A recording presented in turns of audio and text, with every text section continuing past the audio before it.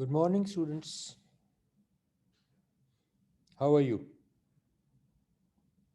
I hope things are fine.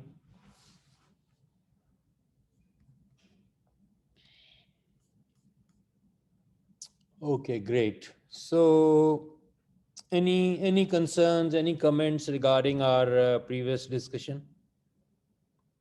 Did you have any issue? You can write in the chat if you have any issue.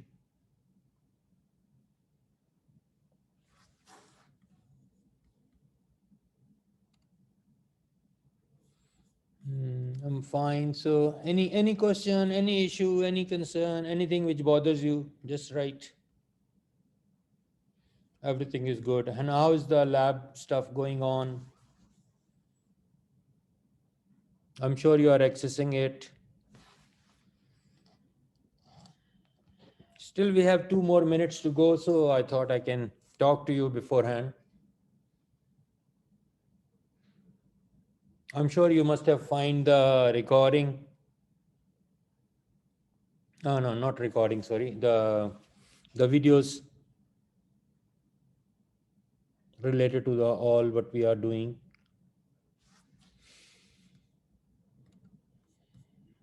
The lab course is fine. So Momo is writing. So did you like my answer in that? Is excellent, Ragat. You're doing good.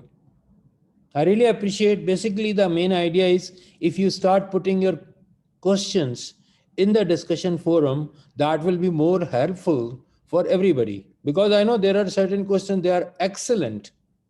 And then I don't know how to tell everybody, look, this is a question, and you might be having the similar type of thing.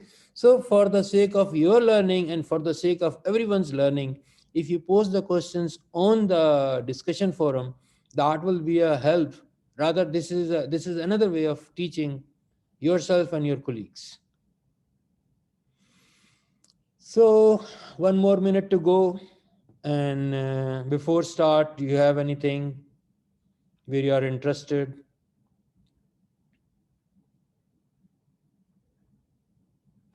Okay, so in the meantime, as the time passes, let me start sharing the stuff. So let me bring my screen here. So today, what we will be talking about.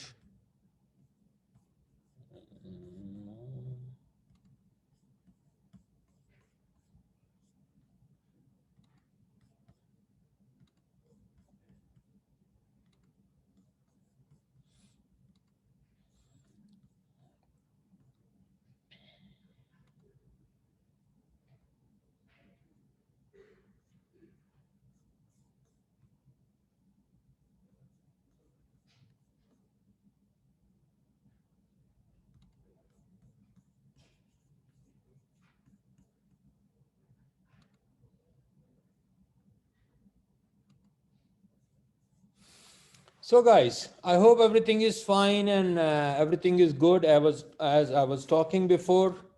So should I start or you want me to say something? Yeah, I can see in the chat somebody's writing. What are you writing? So we have to know the attachment function and innervation of the muscles of the posterior abdominal wall. Yes, very good. You asked a good question. Look, it's the same way like you did for MSK. You are expected to know about the muscles of the posterior abdominal wall, their attachments. I will not use the word origin insertion.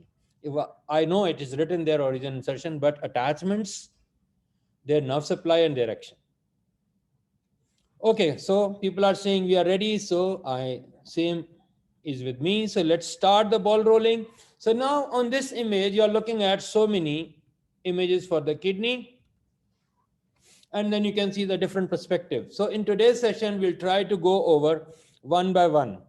So, and for the question answer session, I think we can have it at the end. I'll try to keep some time, so there that will be the right time. There we can take up the questions, and slowly and gradually we'll go over. And in between, if there is something really burning, something hot, I can look in that matter.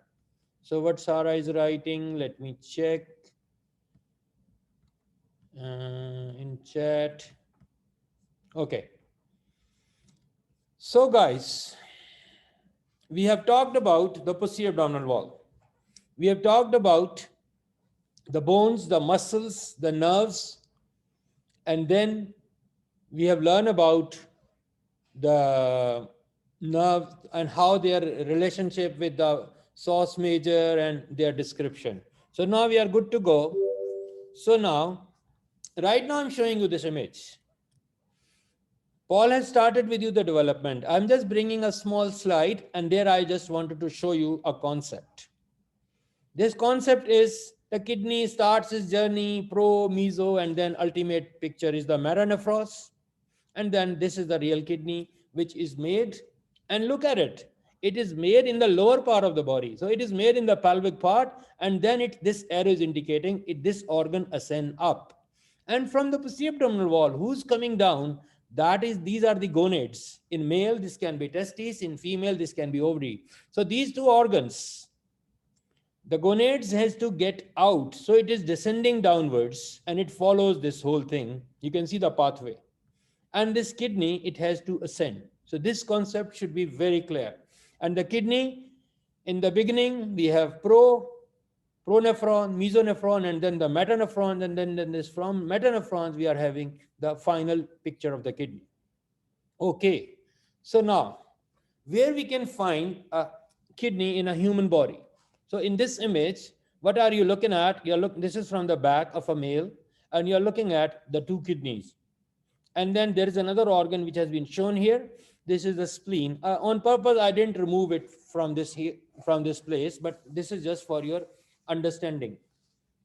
So now, what we see that from the back, how approach. So now this image, you can see that the structures which are closely related with the kidney, and I'm showing you from the back because we all know kidney is one of the structures who lives in the retroperitoneum.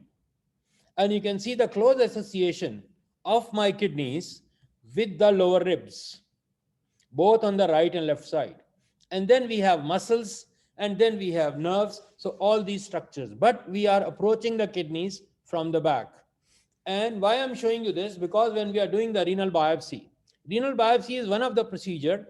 We insert a needle from the back and we get a tissue for the diagnosis. And so many diseases we can really, once we have the tissue sample, then we can really look into that sample and we can look for what is happening and how we can handle it. Now you can see there are so many numbers. So how we can understand what are these numbers? So there's a list of these things. So what are these structures which are visible to you?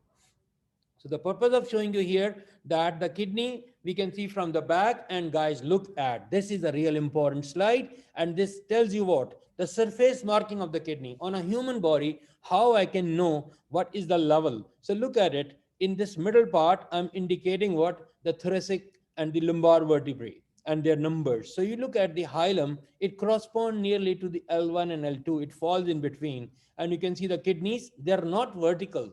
They're slightly oblique because they are overlying my psoas major muscle. And they are obliquely placed. Psoas is also obliquely placed.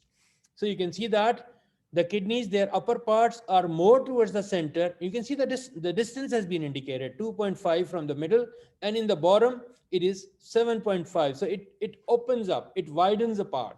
And look at it, is different dimensions, the vertical, the transverse, and look at the right kidney, we talk about it, and I have explained in my video why the right kidney is below than the left kidney, because we all know there is a liver, and I have shown to you. If you haven't seen it, just go and click to the videos which are available for you, and you can watch this. I have explained on a model how and why this right kidney is below than the left kidney.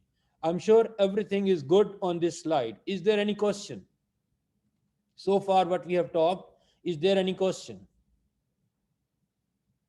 No. Perfect. I like this type of answer. So now what I'm showing you, I put a heading here, covering of the kidney. I'll be covering it in the later part. But first, I like to show it to you. The kidneys are an organ which moves up and down with each breath we take.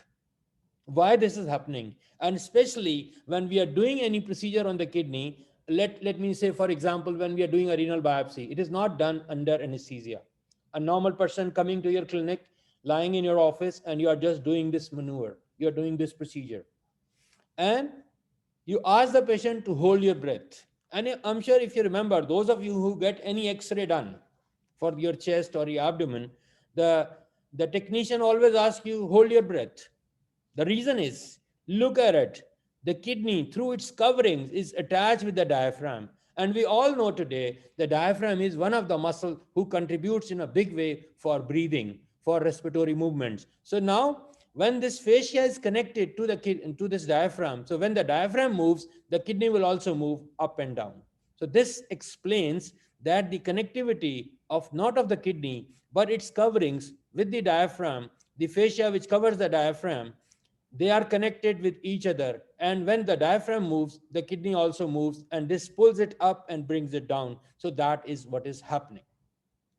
Are we good so far?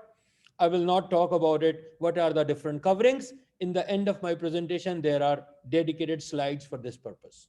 I hope we are clear for this concept that why kidney moves with each breath.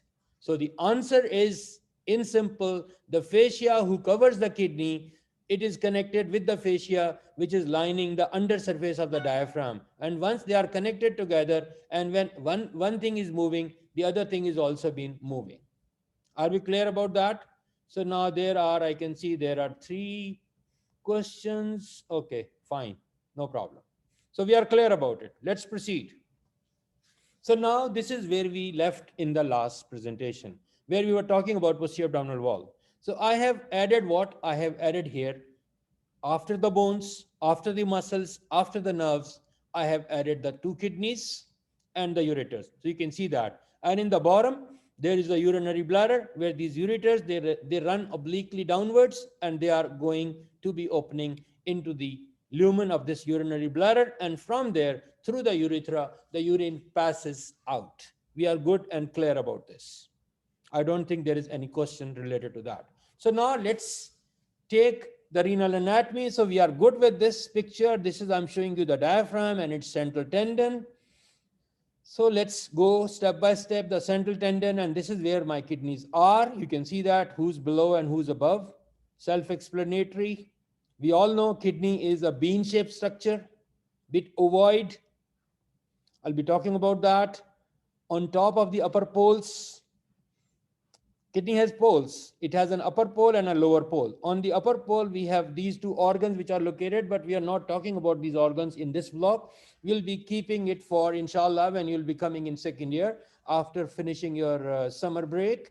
The first block usually you'll have is the endorepro, and there we'll be talking in detail about these glands, suprarenal glands. They will be discussed at that moment. So these are the suprarenal glands, and then we can see that from the hilum of the each kidney, the 2 ureters. Ureters are the most posterior structures in the hilum of the kidney, and they are descending, they are going downwards. These are the drainage channels. What is the job of the kidney in our body? Can you tell me what kidney does for us?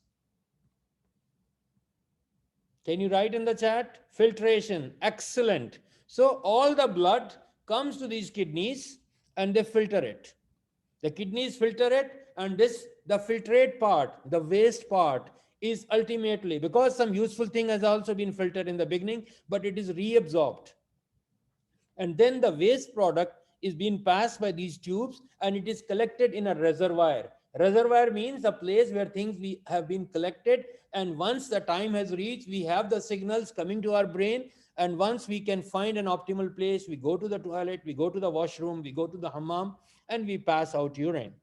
So this is the mechanism, and this is all you'll be learning step by step. So these ureters, their job is, they are the conduits, they are the pipes, they are the tubes who bring the urine, who brings the waste product. And we all know, if we keep up urine in a container and we leave it in a room, the day after you cannot enter that room. It's so foul smelling. So look at it, how much waste is there in our body, and that has been collected and that has been drained. So now these are we talk about that, and look, what is this? This is an opening in the diaphragm. Think of it, what it could be. Yes, aorta passes through it. So this is the beginning, and we talk about T12.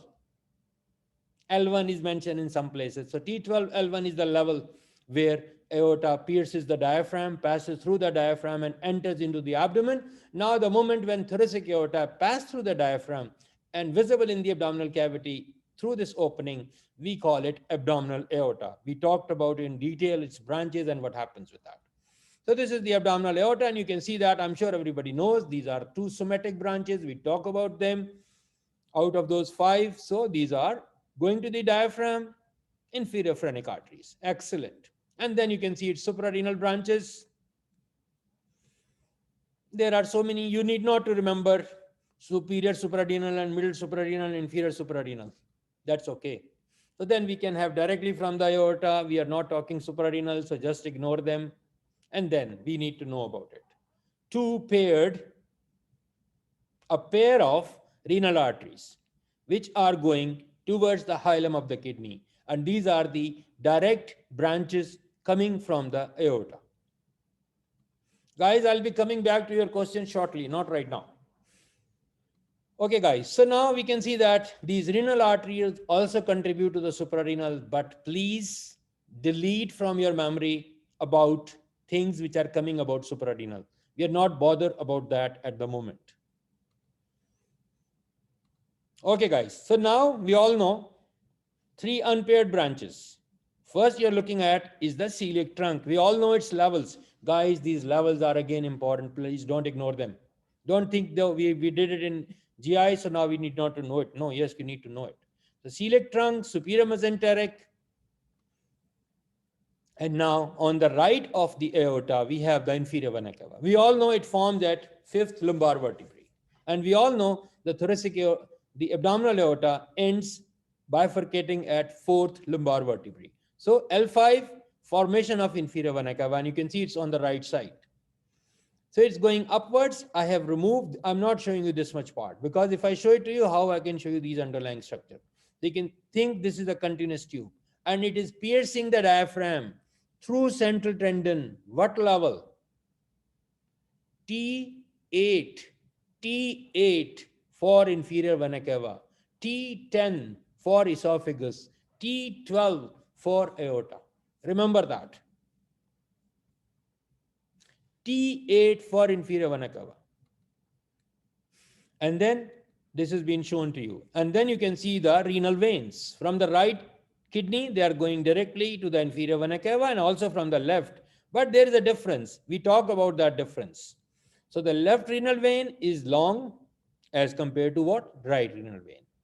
And it goes in between. It crosses in front of aorta and behind the superior mesenteric artery. So we talk about nutcracker syndrome. If that is there, aneurysm is there, it can be compressed. And then if it's been compressed over a prolonged period, the left gonadal vein drains here. So there are chances of having varicocele. So right and left renal vein has been shown to you. And then you can see the suprarenal connections. We are not bothered at the moment. Now, what is that? What is that thing which is coming up? Inferior phrenic vein. So now this is what? This is the left gonadal vein, which is opening in the inferior, in the left renal vein on the left side. And on the right side, what it will do? The right gonadal vein, it doesn't go to the renal. It goes to the inferior vena cava directly. Guys, this point is really important. How many times we are emphasizing on that? So you are expected to know this. You are expected to identify on the cadavers when you'll be visiting your labs. And if you are in doubt, please ask the person whosoever will be available in your lab place. And I can tell you, the senior people who will be available in your lab places will be Dr. Paul, myself, Dr. Ayman, and Dr. Sadia. And then we have TAs also. So if you are unable to find these, at least these gonadal veins, please ask them, and make sure they should show it to you.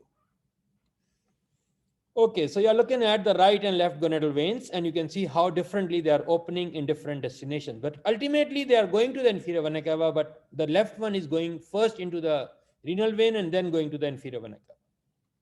Okay, so now let's look at the external feature of a kidney. Let's talk before labeling it. You can see it has an upper pole, it has a lower pole. This is the anterior surface, on the other side will be the posterior surface. It has one lateral border and one medial border. So you can see that one is concave and one is convex. You can figure out yourself. And then you're looking at the ureter. So now let's label it quickly. This is the lateral border. What this should be? Medial border, excellent. Superior pole, inferior pole. I don't think there should be any problem for that. Now, what I have done, I have made a window here because I'm tearing up the capsule. So by doing this, I tear it apart by an instrument. So this is the fibrous capsule, and we peeled it backwards. Just to show it to you how kidney is being enclosed, a complete wrap. We call it fibrous capsule, a capsule of the kidney. And then you're looking at now, my pointer is at what? What is the structure? Renal pelvis. And this renal pelvis, it becomes ureter. Right? And the place where renal pelvis becomes ureter, we call it pelviureteric junction or uretero-pelvic junction, PUJ or UPJ. These terms has been used in clinics. And that indicates the point where renal pelvis becomes ureter. And this point is slightly narrow, and this is one of the constriction site in the pathway of the ureter. We'll be talking about in detail about the constrictions in the ureter in the next session, where we'll be talking about ureter and urinary bladder. I'm sure everything is clear now. This is the uretero-pelvic junction, and we all know this is the place where renal pelvis becomes ureter. Now you can see that there you are looking at the renal vein. And this renal vein is the most interior structure within the hilum of the kidney. And then behind that, you can see that there is a renal artery. So you can see that within the hilum of the kidney, these structures has been organized. And they are organized. You can see the renal vein, you can see the renal artery. But remember, most posterior structure is the renal pelvis, and which ultimately becomes ureter. So this is the hilum of my kidney, and from this hilum, somebody is entering and someone is leaving. And we all know who's entering and who's leaving. Are we clear about that? Any doubt so far? Guys, any question? Clear, clear, clear. Good job. Alhamdulillah. You guys are mashallah good. I'm really impressed. So now look at a real kidney, and I'm showing you from the medial border, and you are looking at what? So this is its explanation, and you need to focus on the hilum of the kidney and look at it, how these structures has been organized. You can see a vein, you can see an artery, and then most posterior structure will be the ureter. So you can see in this label one also. So this is how they are arranged. But this renal artery, the way it has been planned, sometimes it looks like that is as if this is an anterior, the most anterior structure, but no. The renal vein is the first structure, then there is a renal artery, and the most posterior structure is the ureter, renal pelvis, which becomes the ureter. So that point has to be very clear. So organization of the structure at the hilum of the kidney, this point, don't ignore it.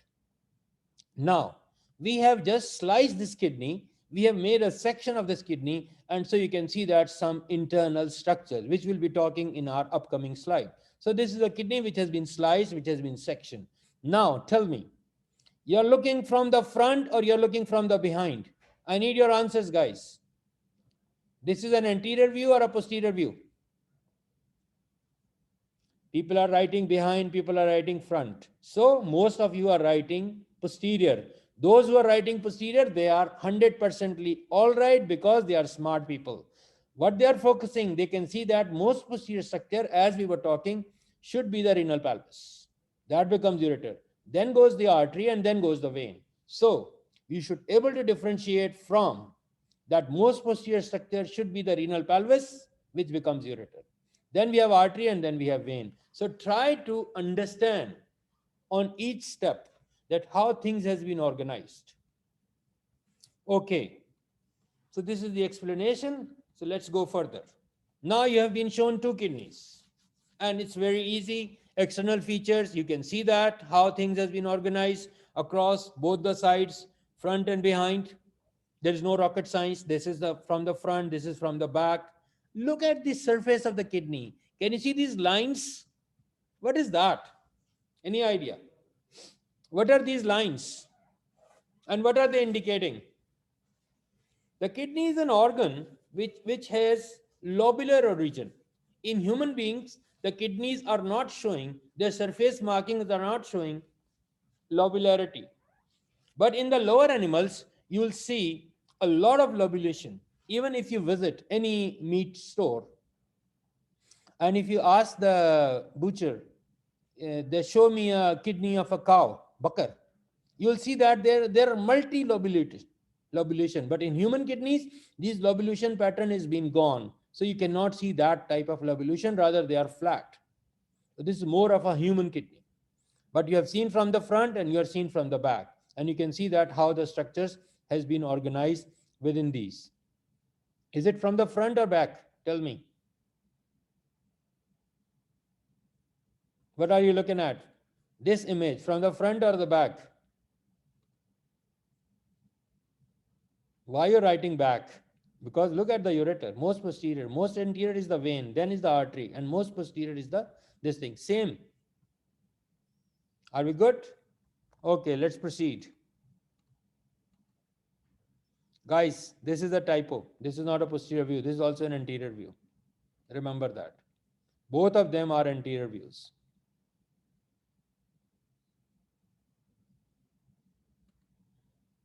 Why I'm saying both of them are anterior views? Look at it, suprarenal gland. It should be on the anterior surface. It should not be on the posterior surface. Now we can see these kidneys. Why this is right? Because it's below. And why this is left? Because it's above as compared to the right and left. So now right kidney and left kidney. Suprarenal, we know about them. Now we are talking about what structures are present in front of my kidney. So now look at the right kidney at the level of its hilum. There is something which is just going, crossing in front, present in front. So this arc-shaped structure, and this arc-shaped structure is nothing but the duodenum. Second part of the duodenum, the C of the duodenum. It is present. So my hilum of the right kidney is just behind the C of the duodenum. Then, and the left kidney, look at it. Transversely at the hilum level, it is crossed by tail of the pancreas. So these concepts are important. And when you are coming to the labs, try to hunt in the models on the cadavers that where are these things and how you can anticipate them. And then now look at it on the right kidney. There's a big color marking is been available here. What it this should be? Liver, because this is the right kidney. And this green thing, think about it. Hepatic flexure. We all know what is hepatic flexure. And then on the left kidney, look at it, this green thing, same thing with the, yes, your pros, splenic flexure. So hepatic flexure and splenic flexure. Going further, this is the ileum. And on the left kidney, duodenum. See, duodenum is more on the left and ileum is on the right upper and then the both lower. And then what should be here? Left kidney, think of pancreas. And what should be here? Guess. I like to see your answer, what you're writing. Write about that. What should be here? Stomach. Excellent, excellent. You guys are, mashallah, very good. I hope you should stay like that. And all of you should get highest marks.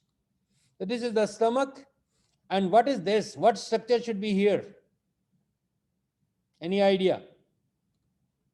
I like to see in your chat. Spleen. Excellent. Why I'm teaching? You guys already know everything. So this is the spleen. Very good. So now let's put peritoneum, because we know that they are behind the peritoneum. So let's put the peritoneum on top of that. Which peritoneum? Parietal or visceral? Parietal. So now parietal peritoneum covers everything. Can you see that? So areas which are covered by the peritoneum. Why I'm not covering it? Because they are already, pancreas is sitting here and pancreas is also retroperitoneal structure. So in direct connection, we don't have, and stomach is behind. So everything, we are good with that. So now from the back, that was from the front. And now we are looking at from the back. Now the orientation should change. This becomes left, this becomes right. Because we are looking from a different view. This is from the back. So you can see that the ribs, which ribs are these? Lower ribs. And these are my floating ribs. Which number? Rib number 11. Look at it. Rib number 11 is related to the upper pole of my left kidney. But right kidney is not related to the rib number 11 because it's below. That is a remembering point. And then rib number 12, yes, rib number 12 is related to my left kidney as well as right kidney. So this is one of the differentiating point when we'll talk about the posterior relation of the kidneys. And sometimes people like to ask this question in their MCQs. The following structures are related. Which of the following structures are related to the posterior surface of the left kidney? And somebody writes, like, false option can be XYZ thing. So you can figure out yourself. So in nutshell story, the right kidney on its posterior surface is not related to the 12th rib. Why? Because it's below. Okay, so after talking about the kidneys, then what other structure should we be looking at? We'll be looking at the muscle. And what has been shown on the upper pole of both of the kidneys, think of it. What this should be? Diaphragm. Excellent. Now, there is a muscle behind, just behind the hilum. What this muscle should be? Write in the chat. What this muscle should be? People are writing quadratus lumborum and psoas major. What should I take? Let's reveal psoas major. So don't forget the organization. The most medial muscle should be my psoas major muscle. And then comes another muscle. Now this answer of lumborum, quadratus lumborum is fine. So the most medial muscle which has been shown here, that was the psoas major. And then next to that, we have the quadratus lumborum muscle. And then after that, what this muscle should be? Any idea? Transversus abdominis. So don't forget, when we talk about the posterior relations of right and left kidney, first point, 11th and 12th rib, but not for the right. 12th has, the left has both, but the right has one. Diaphragm to both of the kidneys. So what muscles? Diaphragm, most medial, psoas major. In the middle, quadratus lumborum. Most lateral, transversus abdominis. And this organization should be very good. And what should come next? Nerves. So below my 12th rib, which nerve this should be? Think of it. Right in the box. Subcostal. Excellent. So subcostal nerve should be related to both of the kidneys. And then what this nerve should be? Iliohypogastric. Excellent. You guys are pros. And then we have ilioinguinal. So we have iliohypogastric and ilioinguinal. So why I'm bringing all these things here? I told you in the beginning, when we do the renal biopsy, we goes from the back.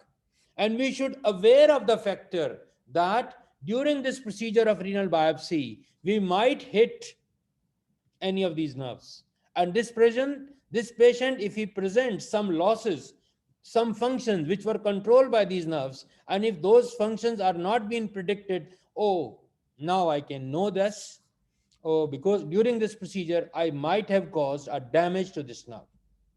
So I can document it ahead of time, and I should be aware of the factor, because it will be very bad if patient comes to your clinic, doctor, after this renal biopsy, I'm unable to do this. These things are not happening. So now doctor is in a fix. No, but if you predict it beforehand, if you explain to your patient beforehand that there are chances, and then if patient agrees on, then if you proceed with the thing, so your practices will be called a safe practice. Otherwise, you can be in trouble. Anybody can sue you. Why this happened to me? And nobody told me about that. So this is nothing but the safe practice. Okay. So we are good with that. So what is that question? What's the inferior border of the kidneys?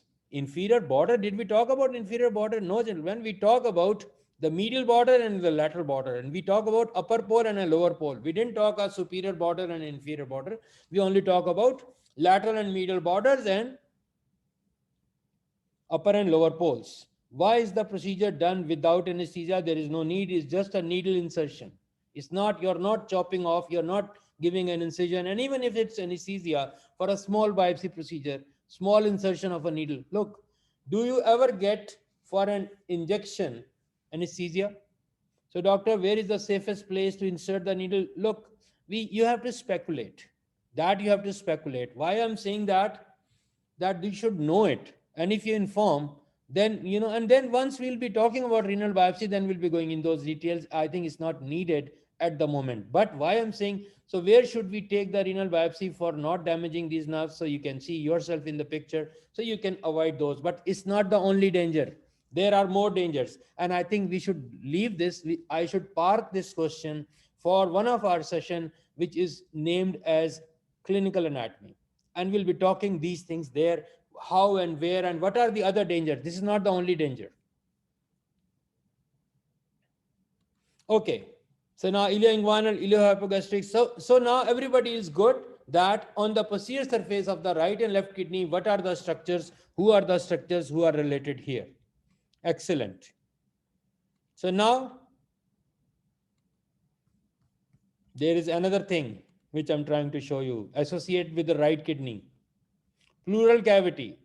And when we are doing surgical procedures, open surgical procedures, there is a fair enough chance, more associated with the right kidney, that we may open up the pleura, because of the liver there is more space. So we may enter, when we are doing some surgical procedure at the upper pole of the kidney, fair enough chance that we can make a hole in the pleura, and then the anesthetist will tell you, doc, that oxygen saturation, there is something's happening. Oh, you have opened the pleura, and you can see air bubbling out within your area of work. So then, those who are doing it, they are trained, they know how to handle it. It's not a big deal. You just sew it. There's no need of chest tube insertion, nothing, because everything is open in front of you. This is, I'm talking about a surgical procedure. But you should be aware of that the pleural cavity may be open, because when we are working on the right side, it's close association with the costodiaphragmatic recess of the right side. That point has to be very clear about it. Okay, guys. So now the kidneys relations, you can see the anterior view. We are good with that. Just a quick recap, and we can see the posterior view. I'm sure everybody understand, and we have talked about these things. So it's just a slide, just for a quick revisit. Okay, so now on a cadaver, you can see that how what we were talking before, and now you can see in reality, this is a real picture. It's not a drawing, it's a photo. And there you can see the inferior vena cava, you can see the renal veins, you can see the aorta, you can see the branches from the aorta. You are looking at both of the kidneys, you're looking at the suprarenals, and you're looking at the gonadals. And you're looking at superior mesenteric. So everything is being shown, visible. You're looking at the ureters, everything is shown here. I don't think there is any ambiguity. These are the labels, you can figure out yourself. Now, other things has been removed, so to make sure you can see very easily. The first most anterior structure is the renal vein, then there is a renal artery, and the most posterior structure is the ureters. So everybody can see it. Now here you can see, you may confuse, it looks like to me kidney is more anterior. No, vein is more anterior. But as if the branches pattern, we'll be talking about these branching, what happens here. I'm sure we are fine. So now we are looking at these kidneys. Now these are the sections. So we have made these sagittal sections, and now we are looking inside of a human kidney. So let's figure it out. So I'm sure everybody will understand which one is. We are looking at a kidney from anterior and a posterior. I think I can ask you again.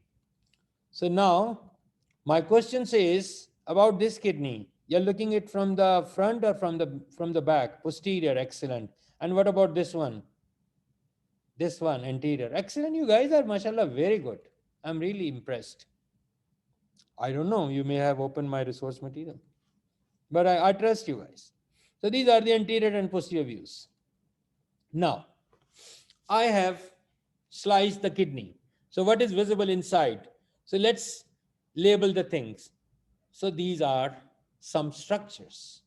When we make a slice, so we can see the internal structure of a human kidney, and you're looking at these, the something which has been highlighted. And there are so many, and there looks like to me a pyramid, which is an inverted pyramid. And there is a zone, a flat zone on the periphery.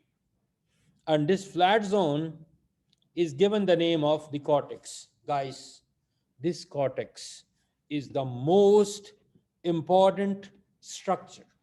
Everything is important, but is the most important structure for what? If we are predicting the health of a kidney, like this kidney is a healthy or a diseased kidney, so a simple ultrasound examination, a simple x-ray will tell us that what is the status of this kidney. On an ultrasound, on an x-ray, if this thickness decreases, means primarily the functional unit of a human kidney is what? Is a nephron. And we have millions of nephrons who are present in this. And once a kidney is diseased, the number of nephrons has been decreasing. They are destroying. So this number is destroying. So this thickness from this green to this white, this thickness starts decreasing. And when this thickness is decreasing, means we can predict how healthy is the kidney. More the thickness, better the result. Lesser the thickness, oh, like say somebody come to you and you are doing some procedure, so you can tell this person ahead of time, I have seen the thickness of your kidney and it is not that, it's not optimal, it is low. So we will be doing something, but don't expect something heroic, because if you're dealing with the healthy stuff, you can talk about very promising results. If something is compromised, so you can getting something out of that compromise, not 100%, it will be less than 100%. So the cortex is really important. And now this green thing we were talking about, and that is nothing but the pyramid. Sorry, the medulla. So this is the medulla, and this is pyramid in shape. So this is the cortex, and this is the medulla. Now what happens? What is this? The reddish thing here inside. That is the renal pyramids. So these are the renal pyramids, and they are located in the medullary region. And this is the cortical region. So the cortex, and they are in the medulla. So these are the renal pyramids, which are located where? In the medulla part. I hope we are clear. Now just stay focused here. Look here what happens. Now I have give it a green color. So this whole thing is a unit. And this unit, we call it, what should we call it? So just a name. We call it renal lobe. And I was telling you, so many renal lobes join to form a human kidney. And it's a complete unit which includes a pyramid and a cortex. If I show you again, this is the renal lobe. And so many lobes join, fuse to form a full kidney. In humans, on the external surface, we don't see the location of these lobes because it becomes flat. But in the lower animals, you can see these, even on the external surface, these are lobulated structures which are visible on an external eye appearance. So a renal lobe, if somebody asks you what is a renal lobe, it is a renal pyramid plus overlying cortex. So it's a unit, but we will not take it as a bronchopulmonary segment. That was a different philosophy. I hope we are clear about this. So what is a renal lobe and who makes it? And then now look at the cortex. The same substance of the cortex is dipping into the medullary region. Similar stuff. So what are these dips which are going in between these pyramids? So these dips are called renal columns. It has so many names, but the simplest name is the renal column. And this is a similar stuff, and it has been popping in between these pyramids, and these are called renal columns. So two have been highlighted, but this is also, there is also, there is also. So these are so many. And now each pyramid is being focused, is being concentrating, is being narrowed down at a point. And what name we'll give to this point? We call it renal papillae. So my pyramid, it goes to a narrow point, and that is called the renal papillae. And then now I'm filling up the internal system. This is called pelvic-calyceal system. The anatomy of pelvic-calyceal system is a very detailed information, and it's beyond the coverage at this year one level, but in advanced and future levels, people need to know about it. If you are practicing in the urology or nephrology, there you need to know in details about that, because that's related to so many other things. But right now we are not going in detail. Only you need to know that this area, which is highlighted brownish in color, this is the pelvis, and this is together called pelvic calyceal system. And you can see each renal papillae, and renal papillae is the end point of each pyramid. They are opening into these receptacles, and these are called the minor calyces. And so many minor calyces in the upper part, in the middle part, and in the lower part, they join to form upper, middle, and lower calyx. And these are the minor calyx, and these are the major calyx. And these major calyx, they join to form the renal pelvis. And renal pelvis, it becomes the ureter. This point has to be very clear. So what are these? I have told you already, these are the minor calyces. And who opens in the minor calyces? The renal papillae, they open into the minor calyces. And what are these renal papillae? These are the ultimate lower end, the conical end of the pyramids. And then these minor calyces, they make an upper, a middle, and a lower major calyx. Calyx. So major, if they are more than one, we call them calyces. And if it's singular, it's a calyx, calyx, calyx. A minor calyx, a minor calyx, a minor calyx. But together, minor calyces. Major calyx, major calyx, major calyx, and together, major calyces. So these terms should be familiarized to you. It's simple, but it's good to know. And now we all know this whole thing, it becomes what? It becomes the renal pelvis. Are we clear so far? Guys, any ambiguity, any question, anything which bothers you, just write down to me. Clear. What's the renal papilla? I've just said about it a lot. Renal papilla is the place where the pyramid concentrate, it becomes one narrow point, and then it is opening, is ready to open into. Basically, what are we making? The filtration is occurring, and then ultimately these are the drainage channels, and they ultimately open up into the renal pelvis through different duct system. And I'm sure during your understanding of histology, Dr. Ani will be explaining you about all these different parts, and in physiology they will be talking about loop of Henle, ascending and descending limbs, and all that, the collecting tubules and everything. I'm not discussing all these things. So, doctor, the whole system consisting of calyces and renal pelvis is called what? Pelvic calyceal system. Are we clear? Okay, so let's proceed. So we are fine with this. So ureter, we are good with that. UPJ or PUJ, we are fine. Now, there is something more. This is called what? Think of it. There's a space here. We have a name for that, and this is we call renal sinus. And now we'll go for a very important concept. Look at it. The pattern within the substance of the kidney, the arteries, the meshwork of the arteries, so highly vascular organ, around 150 mils of blood passes every minute, reaches to the kidney, and with a high pressure, it's coming directly from the aorta. And look at it, how many branching and branching and branching. It's a tree. And then this yellow is indicative of my pelvic calyceal system. So look at it. So this is the vascular pattern. So kidney is a highly vascular organ. We puncture the kidney, there are fair enough chances it can bleed, and it may be a lethal bleed. So one has to be very clear and very optical.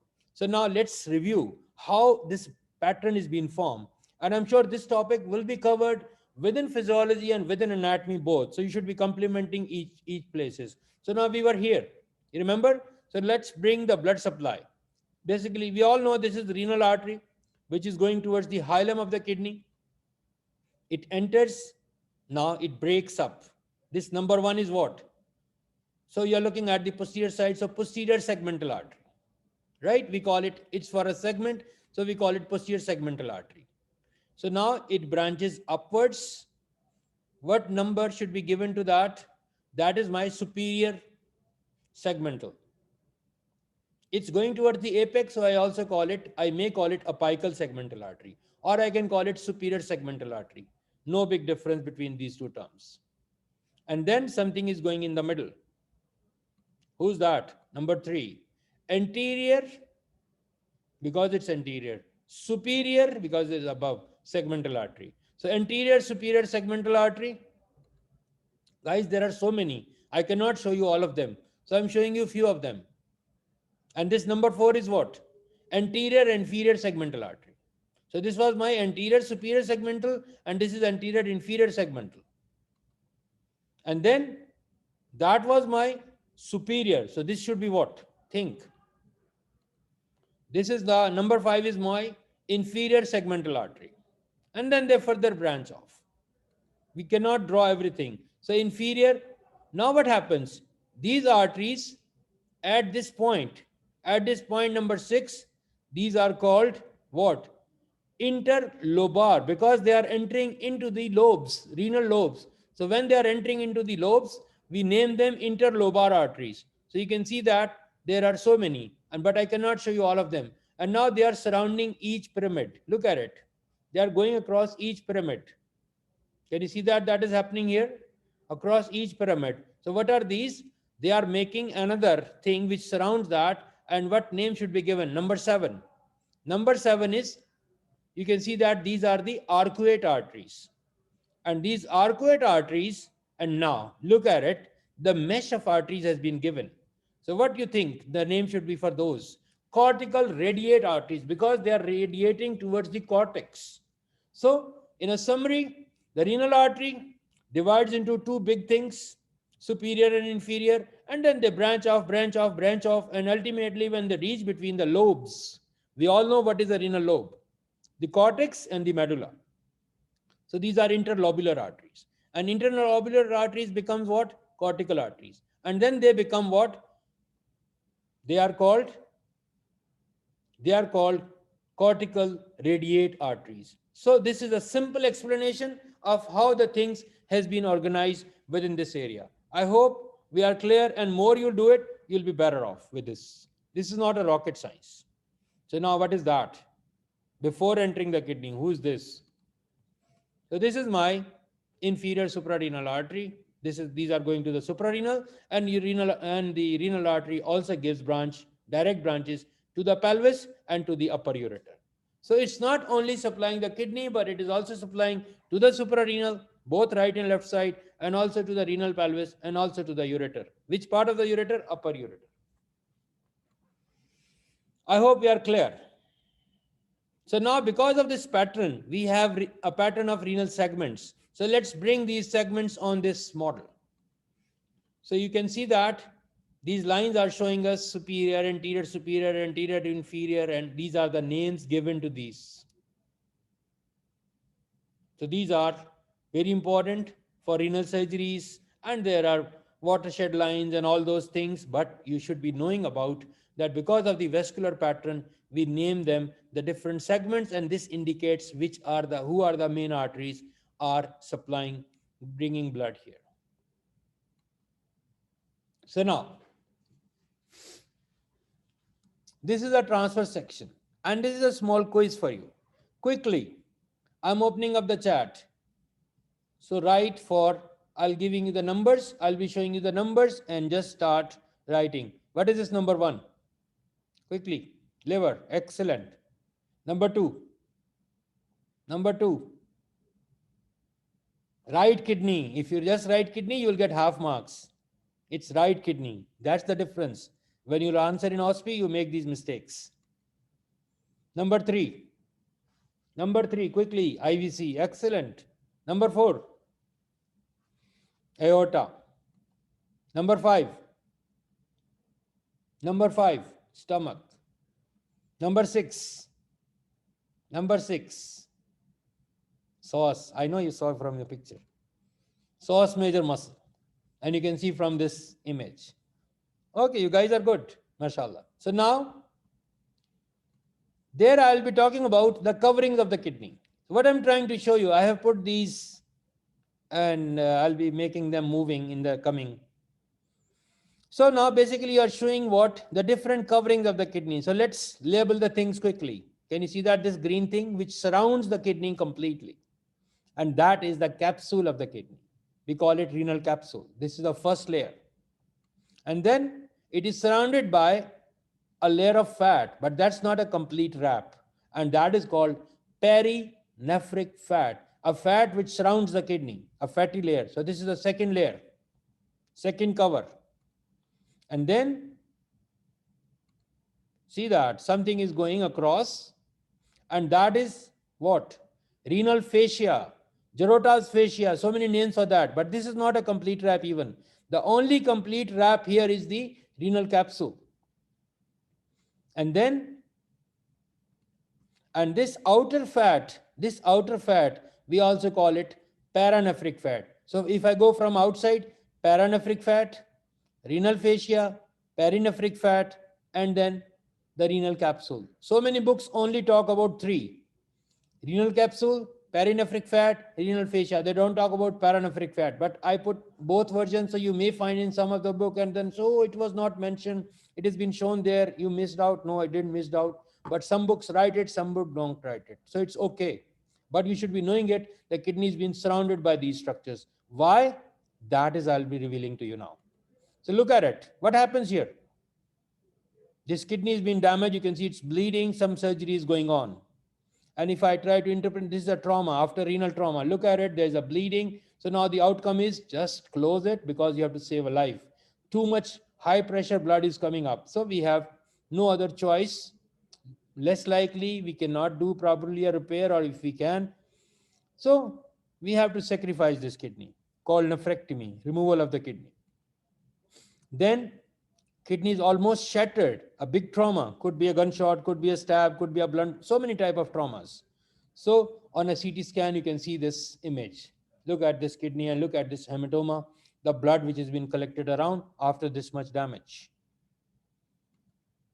Look at it, the renal capsule is being sheared apart. Now, some gunshot injury, some stab, so a puncture, a localized puncture. Look at the renal capsule. And then the perinephric fat, it's visible at certain places. And look at it, this leakage because of this puncture on a CT scan. Now, I have shown you these. So if you ever ask, not really, but if somebody talk about the grades of renal trauma, so we can grade it like that. So grade 1 disease, you have just an injury, but the renal capsule, it remains within the capsule. So subcapsular, if you can see some small collection of the blood, so that is a grade 1 injury. And grade 2 injury, look at it, it has breach. So there's a breach in the capsule. And we talk about the capsule is a complete wrap around the kidney. So it is, but it stays within the peritoneal layer. So this is a grade 2 injury. So laceration is small. And same renal trauma. Grade 3, it's a deep, and look at it, it's wide, too much bleeding. So these are all the cases of renal trauma. Grade 4, look at it.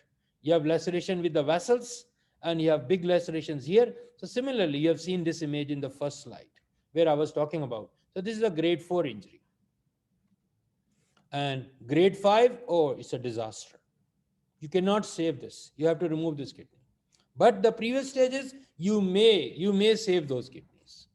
Well, nobody will ask you which kidney you will save, which kidney you will take off, just to show you what happens. So now you have seen the different stages. Now you can identify. Help me to identify.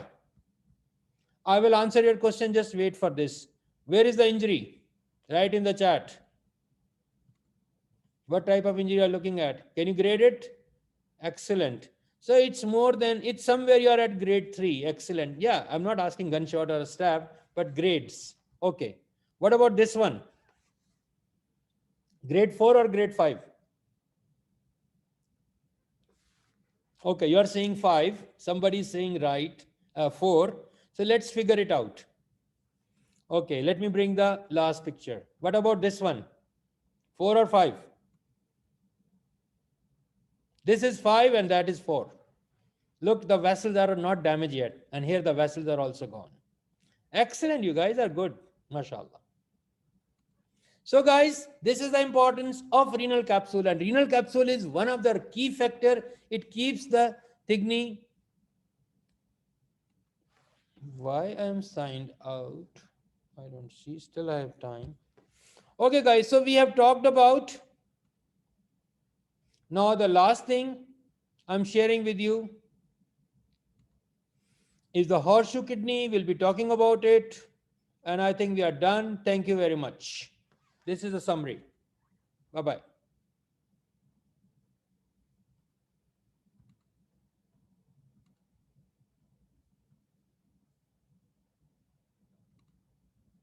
Bye bye, guys. Take care.